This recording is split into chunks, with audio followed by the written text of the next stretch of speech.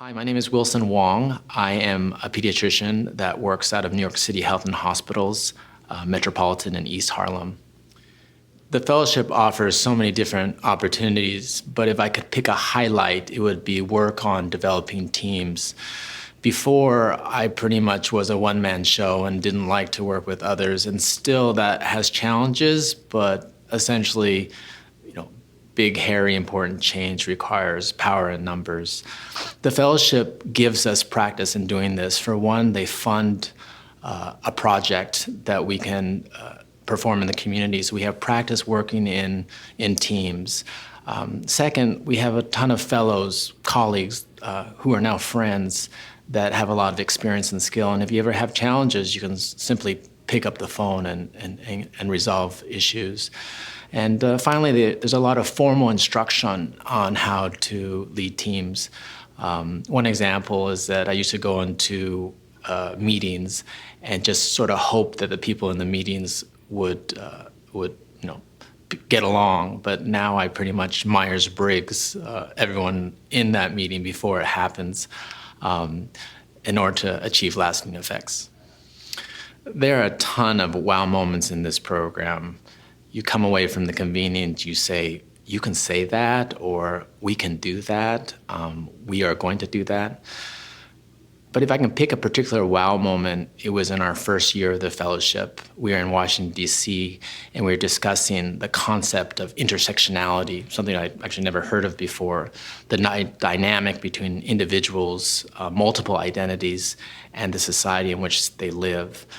So for example, I can be male and have power, but then I might be a minority male in some settings and lose that power, but then I'm heterosexual in a predominantly heterosexual society. So there's multiple interplays.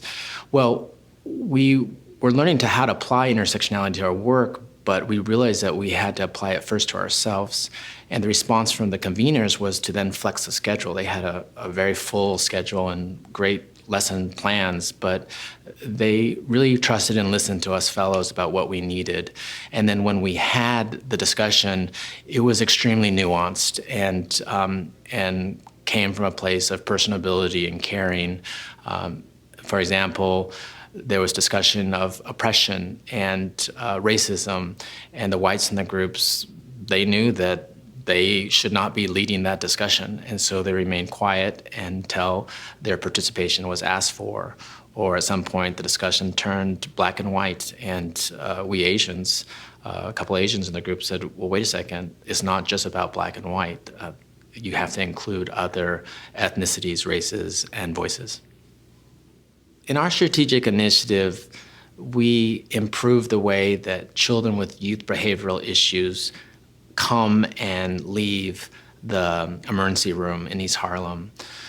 Currently, when kids have conflict in schools or families or on the streets, they're brought by the police to the emergency room, and for lack of a better disposition and plan, they're placed in an adult psychiatric assessment area where they can often suffer additional trauma and be very scared.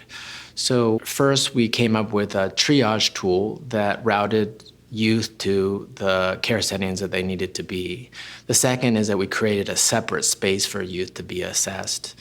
But we realized that we also needed to stem the flow of behavioral health referrals to the hospital. And so, one, we created a consortium of individuals from families and institutions to figure out what to do about this situation. And second, we decided to have a focusing activity for the consortium, which consisted of weekly group leadership coaching to help youth realize their power and constructive application of this power. I have a top 2 lessons learned in collaboration. The first is not to tell someone's story. Sometimes in teamwork, someone drops the ball, you think, oh, they hate me, they're irresponsible, they're lazy, but they just didn't receive the email. You forgot to push send. I find that if you don't tell someone's story, that you can build and preserve relationships because you're always assuming the best of other people. The second lesson is to be direct without being personal. We use a tool called SBIR. You describe the situation, the behavior, the impact, and then come up with a response. So an example of that would be the collaboration depends on an MOU, the MOU didn't get sent, now the project's in jeopardy. Can you please call the partner ASAP and send the MOU to them? I found that partners really appreciate this directness and the fact that you never make things personal. My major goal following completion of the fellowship is to continue what we started and to evolve from that. In this opportunity, I've been allowed to change hats from a doctor in the hospital to a doctor that works in the community, focusing on a different story, the story being that health is not found in hospitals, but in the families and community institutions that supports those families. At the same time, opportunities for things like good education, good jobs, clean environments are not equally distributed in the population and are a function of our nation's history with privilege and oppression. It's all very complicated and I don't have the answer to it, but the fellowship helps us embrace this complication so as to come up with a solution, not only individually, but in collaboration so as to achieve impact.